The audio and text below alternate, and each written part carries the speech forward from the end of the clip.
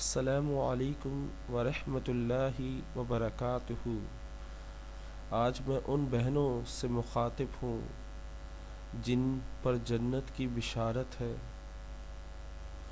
سورہ نساء میں ہے، مردوں کی غیر موجودگی سے مراد یہاں پر ہے کہ جو شادی شدہ عورتیں ہیں وہ اپنے مردوں یعنی اپنے خاوندوں کی غیر موجودگی میں اپنے حیا کی حفاظت کرتی ہیں، یا ان کی غیر موجودگی میں حفاظت کرنے والیاں یعنی بچوں کی، اپنے آپ کو چھپانا، اپنے آپ کو دوسروں پہ شو نہ کرنا، اپنی حیا کی حفاظت کرنا، اپنی شرم و گاہ کی حفاظت کرنا۔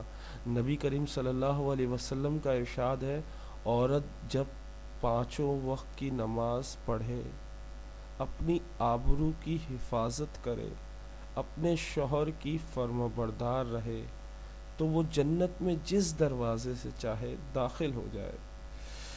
سبحان اللہ، کیا بات ہے کہ دیکھیں، اتنا آسان طریقہ جنت میں داخل ہونے کا کہ صرف اپنی حفاظت، آبرو کی حفاظت کرنا۔ آج ہم دیکھتے ہیں کہ شادی شدہ لوگ ہی اس چیز کو بھول چکے ہیں۔ آپ کا جسم کا ایک ایک حصہ، آنکھ، ہاتھ، پیر، یہ ہر چیز آپ کے خاوند کی حقوق میں آتی ہے، آپ کے خاوند کی ہے۔ اگر آپ یہ چیزیں کسی اور پہ شو کرتے ہو یا شیئر کرتے ہو تو آپ پر اللہ کا غضب نازل ہوتا ہے، آپ پر رحمتوں کے دروازے بند کر دیے جاتے ہیں۔ آپ پھر جنت میں جس دروازے سے چاہیں داخل نہیں ہو سکتے۔ میری بہنوں، اس بات کو سمجھیں کہ آپ نے اپنی آبرو کی، اپنے چہرے کی، اپنی آنکھوں کی، اپنی زبان کی، ہر چیز کی حفاظت کرنی ہے غیر محرم سے۔ اپنے شوہر کے لیے جو چیزیں آپ نے سنبھال کے رکھی ہیں وہ کسی اور پہ شو نہ کریں، وہ کسی اور کی باتوں میں آ کر اسے نہ دکھائیں، اپنی زبان نہ کھولیں، چاہے کوئی کتنا ہی تنگ کیوں نہ کرے۔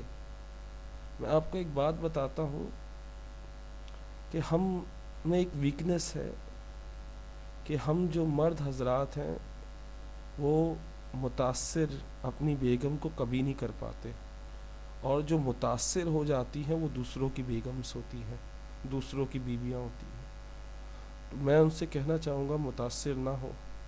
جو اپنی بیوی کو متاثر نہ کر سکا، آپ کو اس لیے کر گیا کہ اس نے مسکرا کے دیکھا، اس نے خوش اخلاقی سے بات کی، لیکن یہی چیز وہ اپنی بیوی سے نہیں کرتا۔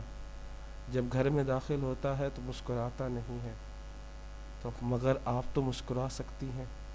آپ اپنے ہسبینڈ کے لیے مسکرائیں، جب وہ داخل ہو تو اس کے لیے مسکرائیں۔ اپنے شوہر کی فرمانبرداری سے مراد یہاں پر اسے خوش کرنے کے لیے ضروری ہے کہ آپ اس سے مسکرا کے بات کریں، ہنس کے بات کریں، اس کی امانت میں خیانت نہ کریں۔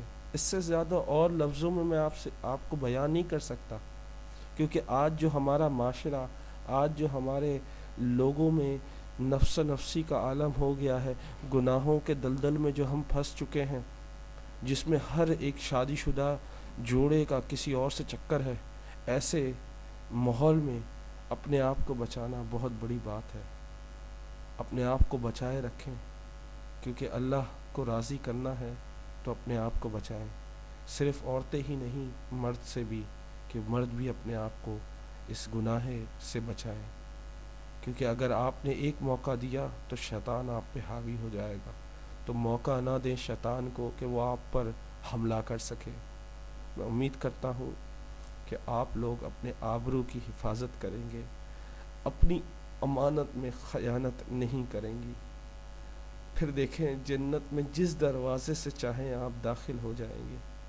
میں امید کرتا ہوں اللہ آپ کو، آپ سب بہنوں کو جو اپنی حفاظت کرتی ہیں، اور اپنی آبرو کی حفاظت کرتی ہیں، اپنی آنکھوں کی حفاظت کرتی ہیں، اپنے شوہروں کی فرمانبردار رہتی ہیں۔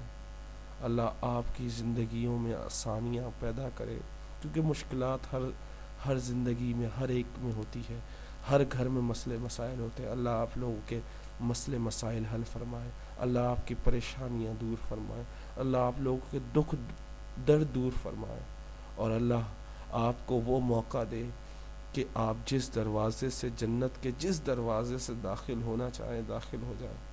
اللہ میری تمام بہنوں کو حیا والی بنائے، حیا کی حفاظت کرنے والی بنائے، اپنی شرمگاہوں کی حفاظت کرنے والی بنائے، اپنی آبرو کی حفاظت کرنے والی بنائے، اپنی زبان کی حفاظت کرنے والی بنائے، کیونکہ ہر گناہ شروع ہوتا ہے